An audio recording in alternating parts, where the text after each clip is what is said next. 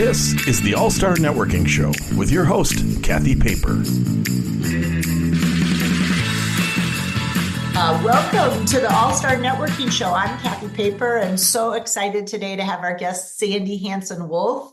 I'm going to let Sandy introduce herself, but first I need to say that Sandy knows my father through professional reasons. So we'll have to have a little chat about Mark, which we did before the show started, but I'm so psyched to have you on today, Sandy. So let the listeners know what you're up to and then we'll get started. Well, thank you, Cathy. It's always humbling to be asked to be a guest on a podcast, especially for someone like yourself who I've known of and admired for years and have known your father too for years. So a little bit about myself. I have been a business owner for nearly 3 decades, probably a serial entrepreneur on some levels, and recently sold my larger company, Egg Venture Feed and Seed, that I owned for 18 years, 3.5 years ago, and started a speaking, consulting, advisory, and executive and leadership coaching and advising business about 15 plus years ago. And I feel like my life has been a series of saying yes as opportunities arise.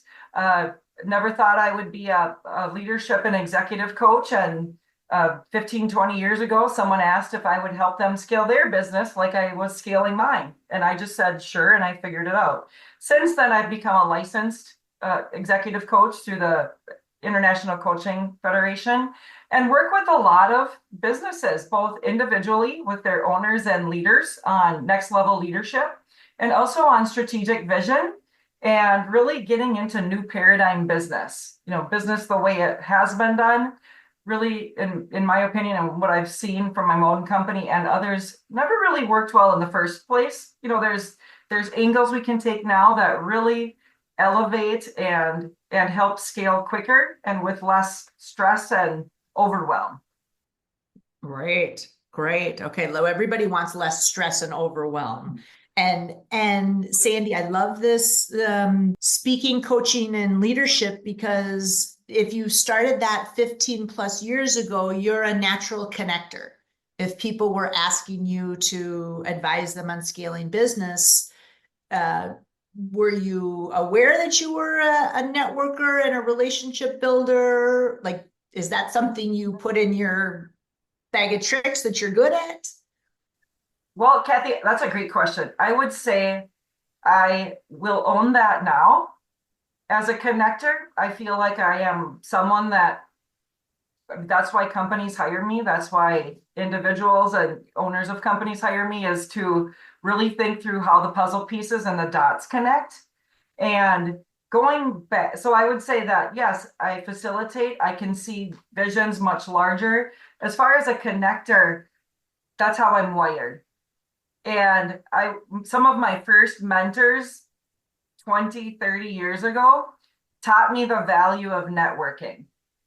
I watch them. I'm someone that will pick mentors to admire and watch and be open to learning from.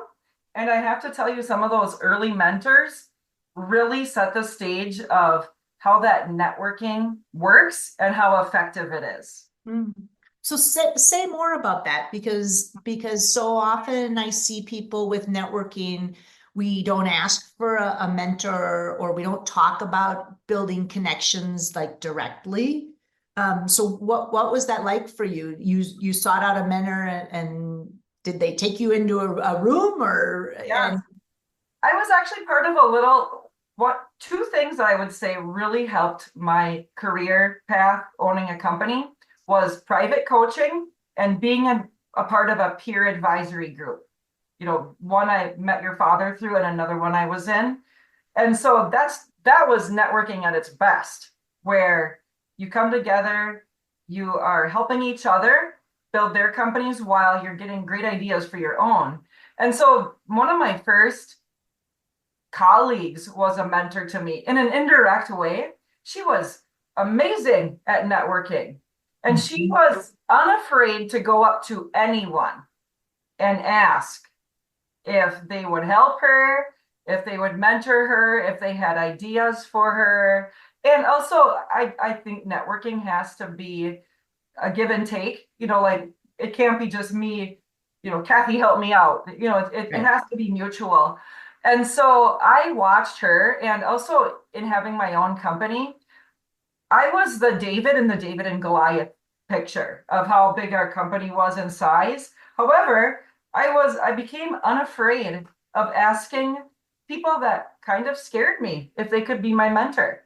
And so I think part of networking is really putting that fear factor behind and saying, who do I really want to, or what is my desire, might be a better way to say it, of who would be a great person that could answer a few questions for me.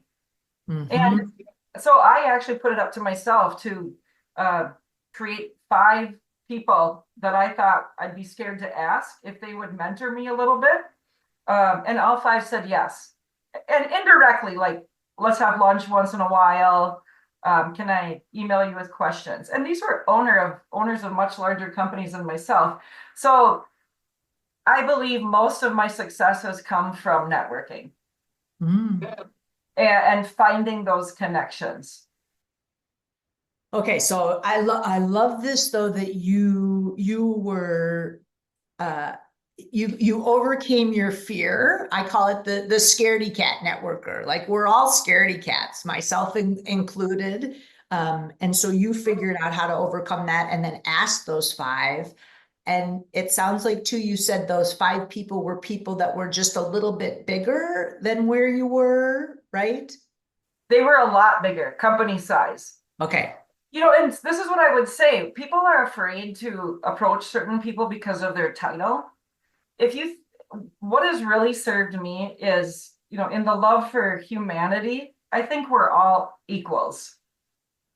And so when you approach people, once in a while you might get a no, but then they weren't for you anyway. And so releasing the fear of taking that on personally as an attack, like, oh, that must mean I'm not a good person, and just saying, well, next, and just having a lot of emotional intelligence about it. Well, it's not this person, someone better. Yeah. So just really just staying in that confident mindset, because you know what, I'm a pretty good person too, or a pretty cool person.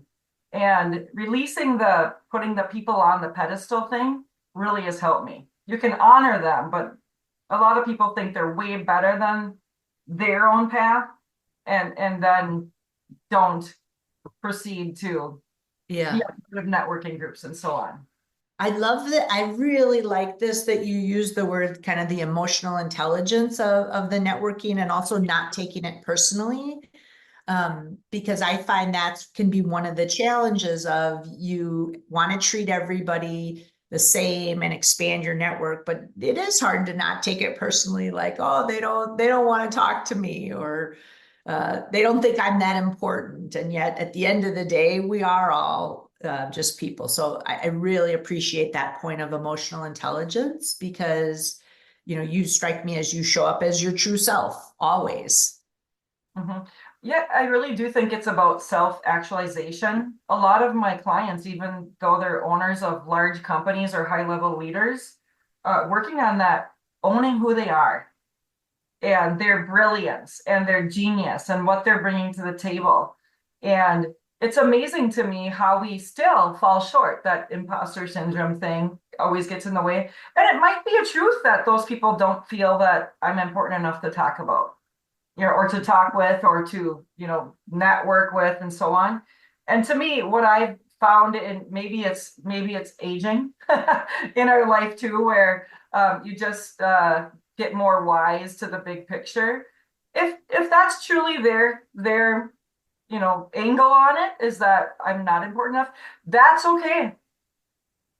Then I'll move on to the next person, because it's really a fear or abundance, like a lack or abundance based mentality, is like, well, if I think it's that one person, there's an abundance of other people that wouldn't want to talk to you. Yes. Sounds like your mindset.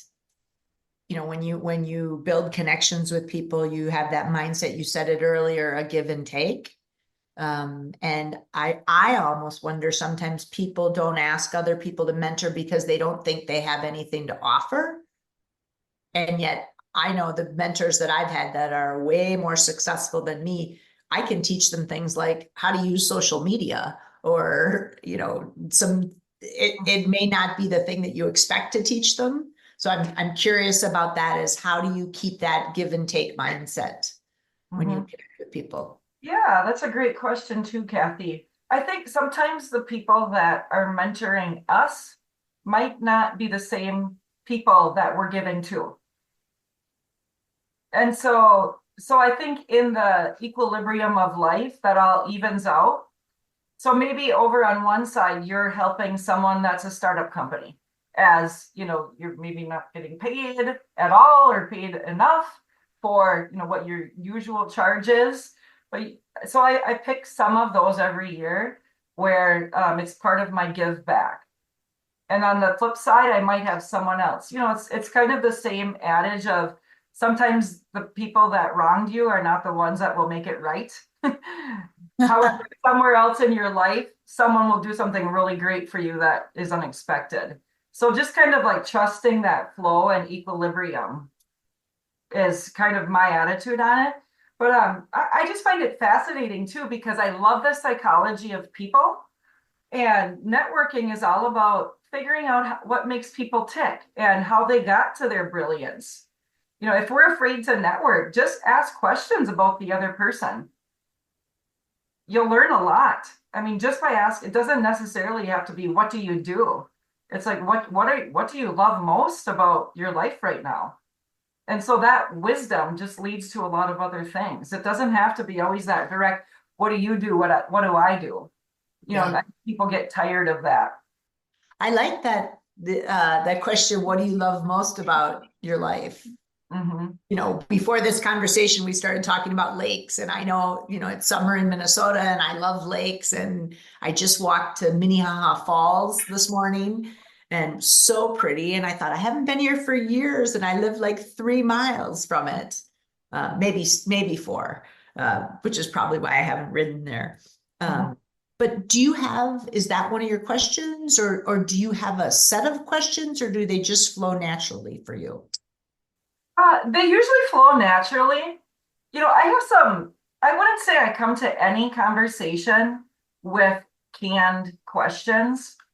I'm open to, how do you connect? Not only, I think a lot of times we're trying to connect brain to brain or mind to mind, when really the best networking happens heart to heart.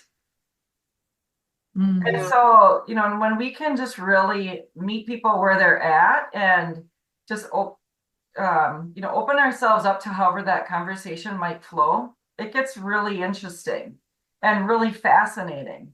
And so a lot of times I'll even ask questions of, what keeps you up at night?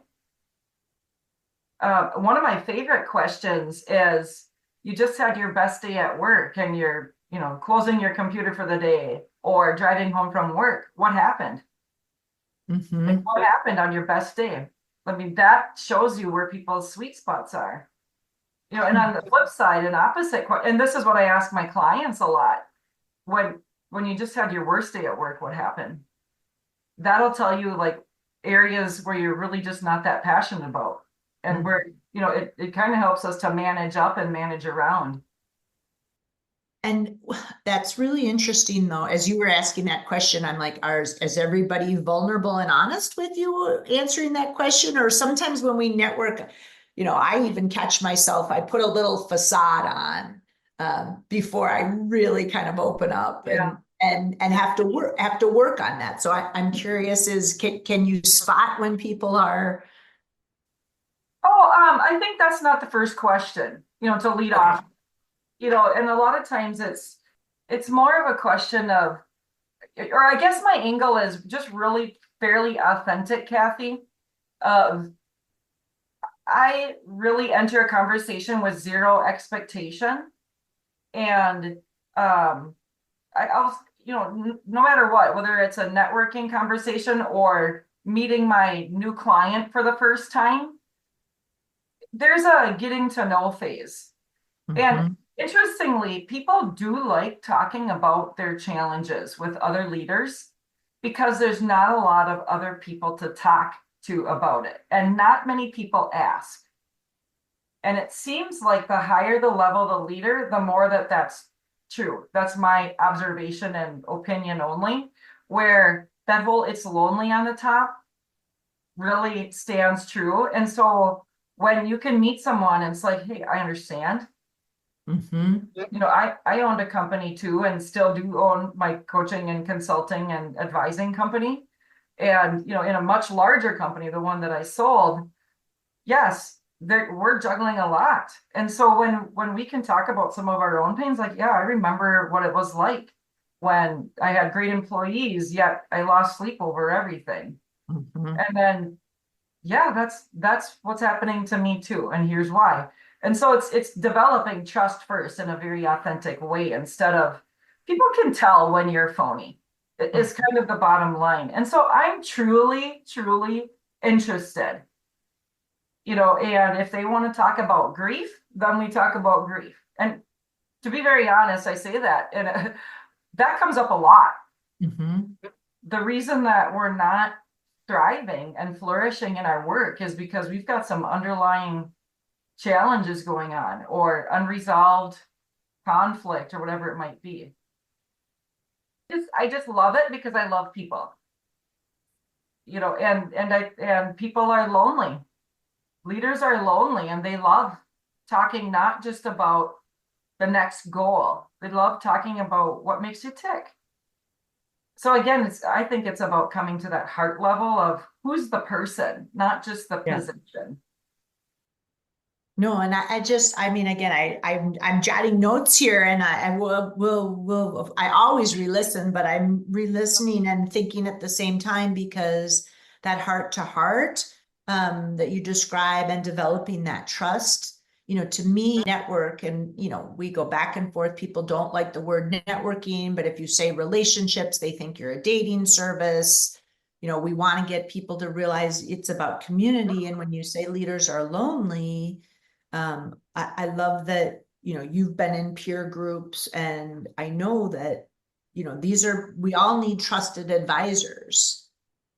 And, just when you said truly interested, and even grief, people don't talk about what's happened to them. And these are the little scars that I say make us interesting, or make us realize, for me, I go to my network when I need help or solutions or finding things. So this is great. Great stuff, Sandy. Well, and maybe our network can be more than that, maybe not on a first pass of meeting someone, but a lot of the networks that I've built, I don't know, maybe I'm just one of those people that will listen. I think a big part of networking is not just talking and what can you do for me? It's being a good listener. Many times, because people know that I lost my first husband, for example, I'll receive an email of like, do you have 30 minutes for me to talk? I just lost someone now too, and could really use somebody that gets it. And I guess I like to be that person that gets it. And that I'm not afraid to tell people where my trip ups are, and I'm pretty private. And I think the more overwhelmed and exhausted we get, the more we want to cave, which is counterintuitive then, to go out and network and find that next thing. But really, it's invigorating too. And wait, tell me what cave means. You mean like cave? Like cave, like, I'm just gonna stay home and not be as social, and just really withdraw. Like, if we're overwhelmed, exhausted, going through something, especially as a leader, we feel like we have to put on that front, when really, through my networks, I've found my own support of great friends that have come out of it, number one, but also people that can probably help you if you just ask. They've likely been through something even more severe than you have. So my challenge would be, how can you lean on your network even more than just the interface of business to business stuff? Because that's where you really start doing great business together too, just as a byproduct. And let me ask you this, because as I'm thinking about leaning on the network and some of these places, how how do you manage your time with your network? Meaning, like, do you have certain habits, or, when that phone rings and you need 30 minutes, do you build time in, or maybe speak a little bit, because I know sometimes people get overwhelmed by just the thought of adding more in. Mhm. How do you prioritize people? Yes. Well, perfect question, Cathy. I feel like I'm a very selective networker, and I would encourage that for everyone. Uh, I would say when I was first in business, maybe it was some of my younger energy or whatever too. I would go to everything that I was invited to go to. Couldn't get enough of it. And then I realized I didn't really have time for family, for myself, for visiting my parents, any downtime, any self-care really. It was just hustle, hustle, hustle. And over the years, even in owning my own company, creating boundaries in anything you do and in networking became really key. And so I believe in, so for myself, more selective networking of, what is my target market? Because we could really, and it's not just for me, but for example, evening networking is a boundary for me. I'll do that once in a while, but likely you won't see me. Mm-hmm. Because that is a boundary I've made for myself in family life. And so that might be different for someone else. And so, number one, chunking some time, like perhaps the goal is I'm going to have 2 or 3 Zoom meetings max a month or a week or whatever people's goal is, of people that I really feel like we have synergies where my business might match theirs and theirs might match mine, where we could elevate each other. And so like finding those synergistic conversations, you don't always, and so yes, even speaking engagements and so on. I'm really selective now, and one of my soapbox items is pricing and negotiations. If people don't want to pay our worth, then we're better maybe to stay home and spend time with our family. So like I do believe in boundaries and really thinking before a yes answer comes. And a lot of times people say yes too much because they're afraid of rejection, or I'm going to miss an opportunity. What will it mean if I say no? I'll look like I'm snobby, or whatever story is playing in our minds there. And a part of us has to be okay with that. Mm-hmm. And just say, what will be best for the big picture? The flow of life, basically. Like, people don't like the work-life balance thing, but really it's a decision. I think you can have a lot more free time than we do by really changing our mindsets around how we do business and how we do life, and our expectations that we think are placed on us. Mm-hmm. So that's one area that I really work with busy executives on too, is that a story we're telling, or is that a truth that we really need to do this? So it's in networking, but it's also like the flow of all of our life. And yeah, no, this is great. Like I said, I mean, I'm just thrilled because I know, you're a selective networker. I'm thrilled to have you here on the show telling these stories, because again, I tell people, like, rewind, because right in there were some things on boundaries is a great word with networking, and being clear of what you can and can't do. Because if you show up, when you said that evening meetings, I know after the pandemic, I sort of started to show up at a lot more events, and then realized, wait, I'm tired. Like, why am I here? What am I doing? And kind of back to that old little habit that I had lost. So that's a great reminder, some of those. And then, what are you missing? I like that point of, is it because you don't want a rejection, FOMO, where we're all worried we're going to miss something, but I like that mindset and flow. So really great points. Before we have to wrap up, is there anything else you'd add to the listeners, or how do they get in touch with you if they're a busy executive or need a fabulous speaker? Yes. Well, thank you, Cathy. Yes, I'll give you my contact information. Any parting thoughts, I guess, from myself is, networking, if we just reframe it as an experiment instead of like this problem or challenge or goal, I think it becomes a little more whimsical and less scary.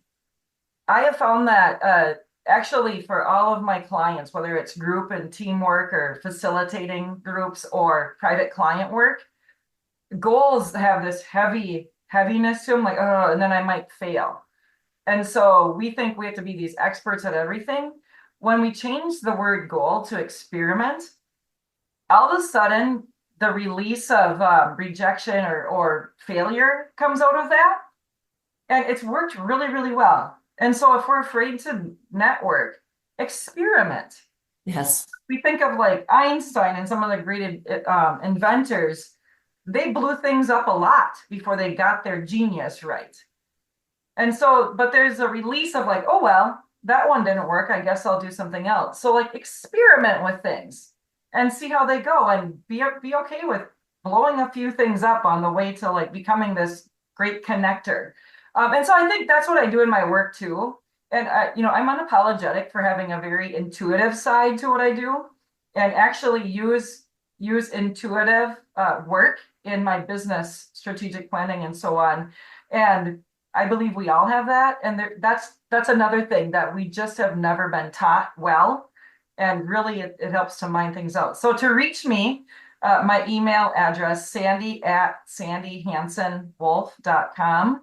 Website is the same thing, sandyhansen-wolff.com. It's HANSEN Wolff, WOLFF.com. So thank you. Happy to talk to anyone. Oh, thank you so much. You're terrific. You're terrific. Thanks for listening to the All-Star Networking Show with Cathy Paper. If you're interested in being a guest, please contact Cathy at www.rockpaperstar.com.